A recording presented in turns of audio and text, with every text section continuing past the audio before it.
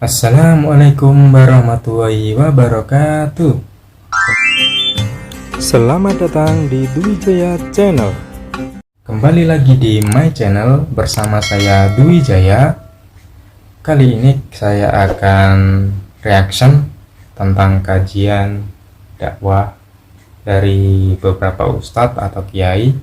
Di sini kita akan belajar bersama dalam mendalami agama Islam, mencari keberkahan ya, supaya hidup ini lebih berkah gitu lah. By the way, di segmen ini kita akan membahas tentang sholat.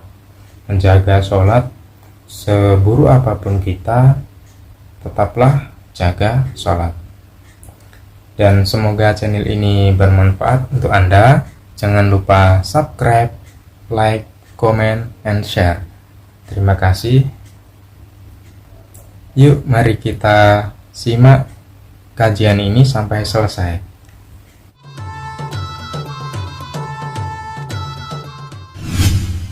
Gunane apa kowe salat wong ijek fasik? Jawab orang tadi, ada'u lisulhi maudian. Saya tetap ingin ada alasan saya berdamai dengan Allah.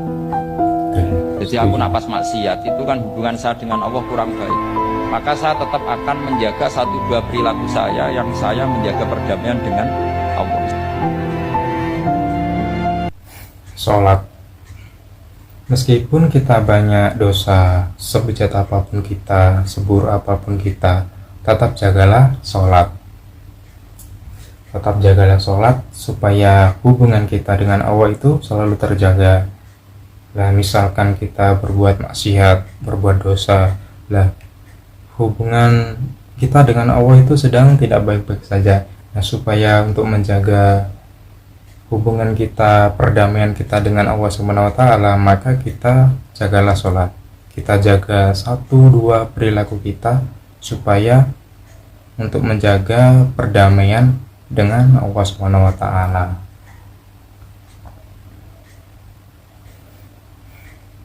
Lanjut. Jaga sholat. Bagi yang muslim ya, jaga sholat. Jangan pernah tinggalkan sholat. Jangan tinggalkan sholat jika sudah tiba waktunya. Nanti bedanya cuma di masalah berjamaah atau tidak. Satu. Yang kedua, tepat waktu atau menyesuaikan dengan kondisi Anda bekerja. Tapi prinsipnya jangan tinggalkan sholat. Satu. Sholat itu dari kata silah, hubungan yang sangat kuat. Ada namanya silaturahim, hubungan yang kuat sehingga saling memperhatikan dan menyayangi. Jadi silaturahim itu bukan saat Anda datang, Anda sapa, Anda kenal, pulang. Bukan itu. Saat Anda pulang, tidak melihatnya, Anda masih ingat, Anda doakan dia, itu silaturahim. Hubungan yang mengatur kita dengan Allah supaya terhubung terus dan ingat Allah di setiap keadaan, itu disebut dengan sholat. Semakin tinggi sholatnya, semakin diperhatikan kita oleh Allah untuk dimudahkan pekerjaannya. Jangan pernah tinggalkan sholat. Jaga sholat, jangan pernah tinggalkan sholat. Sesibuk apapun diri kita, selelah apapun kita kawan, jangan pernah tinggalkan sholat. Meskipun tidak berjamaah, itu tidak apa-apa, sholat sendiri nggak masalah. Karena tidak semua orang mendapat kesempatan untuk sholat berjamaah. Misalnya kita di jalan, masih dalam perjalanan, nggak mungkin kan kita sholat berjamaah. Mungkin sholat berjamaah mungkin kalau pas waktu bersama orang yang sama-sama kita, sama-sama dalam, maksudnya sholatnya telat di masjid, kemudian kita berjamaah bersama 2 orang, 3 orang, nggak masalah. Sholat sendiri pun nggak masalah. Yang penting jagalah sholat. Dan yang kedua, meskipun tidak tepat waktu, nggak apa-apa. Yang penting masih dalam jangka waktunya. Kan ada waktu awal, waktu akhir sholat itu. Karena semua orang juga nggak punya kesempatan untuk sholat di awal waktu. Seperti misalnya driver mengantarkan orang untuk kepentingan, misalnya mau ke rumah sakit atau kemana, itu kan lebih penting.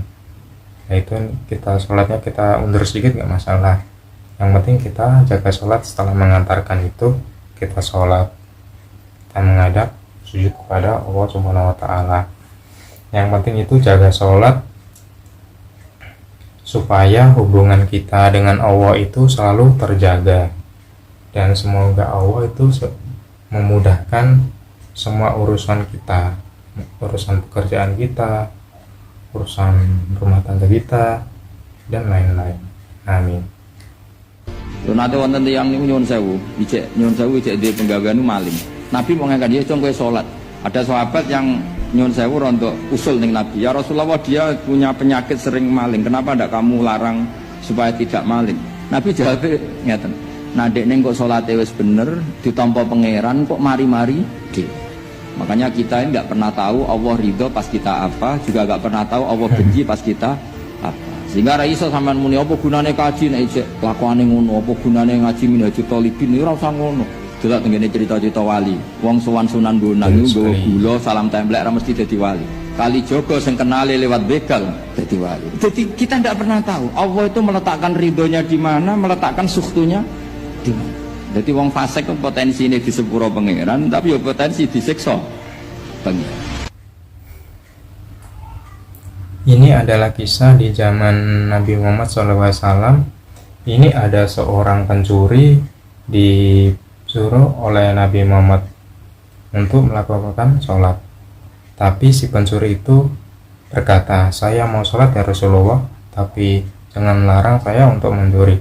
Dan para sahabat itu, dari para sahabat Nabi itu protes kepada Nabi Muhammad SAW, ya Rasul, kenapa engkau tidak melarangnya untuk mencuri? Dan Rasulullah menjawab, nanti ketika dia sholatnya sudah benar dan Allah menerima sholatnya, diterima oleh Allah sholatnya, nanti dia juga akan sadar sendiri, dia akan malu untuk mencuri lagi.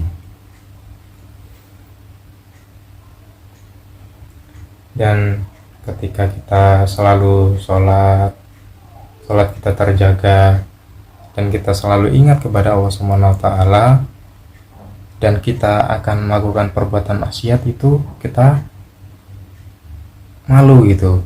Nah karena kita merasa Allah itu selalu melihat diri kita, melihat apa yang kita lakukan, dan kita nggak bisa bersembunyi dari itu semua. Makanya kita itu nggak boleh berprasangka buruk dengan orang lain. Dan karena kita nggak tahu Allah itu meletakkan ridhonya ketika kita berbuat apa, Allah benci kepada kita ketika kita berbuat apa. Makanya kita nggak boleh berkata misalnya, buat apa sholat kalau kita masih berbuat maksiat seperti mencuri, berkata kotor, dan lain-lain. Percuma haji kalau kita kelakuannya masih buruk, gini, dan seterusnya.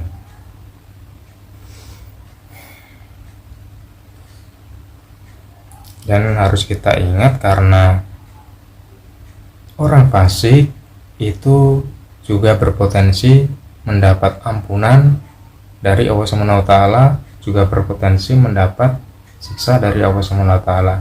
Dan kita nggak boleh menghakimi orang lain bahwa kamu ahli neraka dan sebagainya, karena kita nggak tahu Allah itu memberi hidayahnya kepada siapapun, itu terserah Allah Subhanahu wa Ta'ala.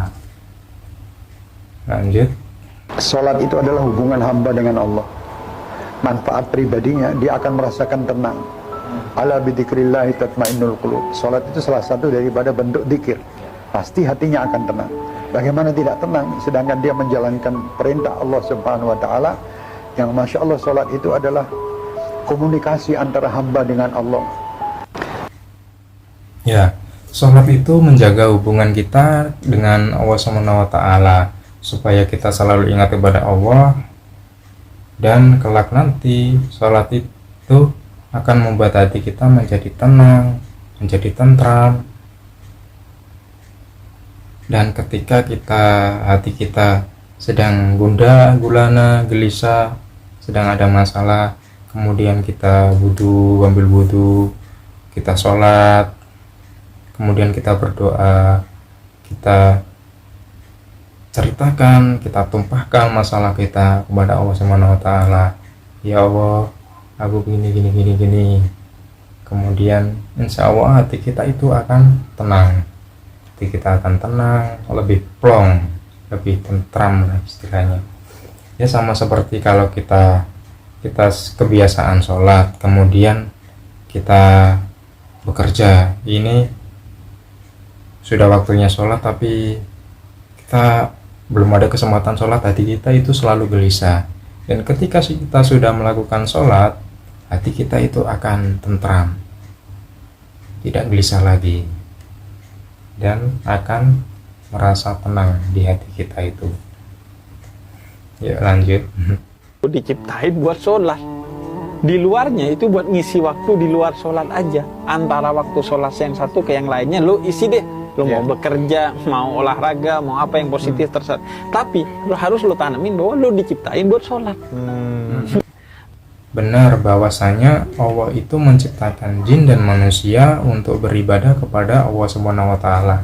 Kita diciptakan oleh Allah Subhanahu wa taala supaya kita sholat untuk bersujud kepadanya, menyembahnya. Dan kita ingat bahwa ketika iblis disuruh bersujud kepada Nabi Adam alaihissalam dan iblis menolaknya, itu iblis dicap sombong. Dan kita manusia diperintah Allah Subhanahu wa taala untuk bersujud kepada Allah Subhanahu wa taala, Tuhan kita sendiri, dan kita nggak mau. Sesombong apakah kita itu? Naudzubillah. Semoga kita selalu diberi iman yang kuat dan selalu melaksanakan sholat, menjaga sholat tanpa bolong-bolong, tanpa terputus. Amin. Lanjut. Ketika kita benar-benar sujud dengan makna yang sebenarnya, maka sholat ini benar-benar nanti tanha anil fahsya'i wal munkar. Apalagi kalau sujud kita sampai nganggep itu nikmat terbaik. Saya berkali-kali bilang, suatu saat ketika kita di akhirat dan kehidupan kita difilmkan ulang oleh Allah Ta'ala, disuting ulang oleh Allah Ta'ala, dan kita menyaksikan mungkin kita sedang di kafe, mungkin kita sedang guyon, sedang tidur, sedang sepak bola. Pasti paling kita tidak malu ketika itu diulang ketika kita sujud. Sehingga cerita-cerita di mahsyar, cerita-cerita orang ditahan di mahsyar, itu kata Rasulullah SAW, ketika umatku ada yang banyak masuk neraka, itu yang nggak dimakan oleh api neraka itu adalah tempat-tempat sujud. Wa innan nara lam takul athara sujud. Api tidak akan membakar fisik atau anggota tubuh yang dulu di dunia dipakai sujud. Ketika kita sholat dengan sebenar-benarnya, dan sholat itu akan menjauhkan kita dari perbuatan keji dan mungkar. Dan ingatlah bahwa sholat itu adalah nikmat terbaik dari Allah SWT. Sholat itu keren, karena kenapa? Karena ketika nanti di akhirat, semua perilaku perbuatan kita di dunia ini akan ditayangkan ulang oleh Allah SWT, akan difilmkan nanti, ditayangkan. Dan ketika kita berbuat maksiat, berbuat dosa, misalnya mabuk-mabukan, minum khamr, selingkuh, main judi, kemudian berperilaku buruk,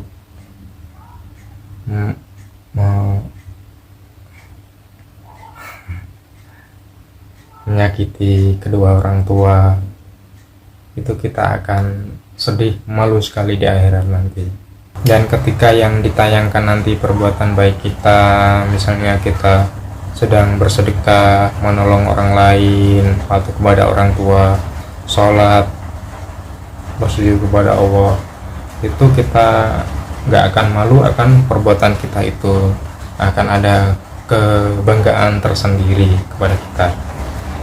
Dan insya Allah kalau kita sholat bersujud kepada Allah, dan anggota sujud ini, anggota yang pernah sujud ini tidak akan tersentuh oleh api neraka, insya Allah akan dijauhkan dari api neraka dan akan masuk ke surganya Allah SWT. Amin.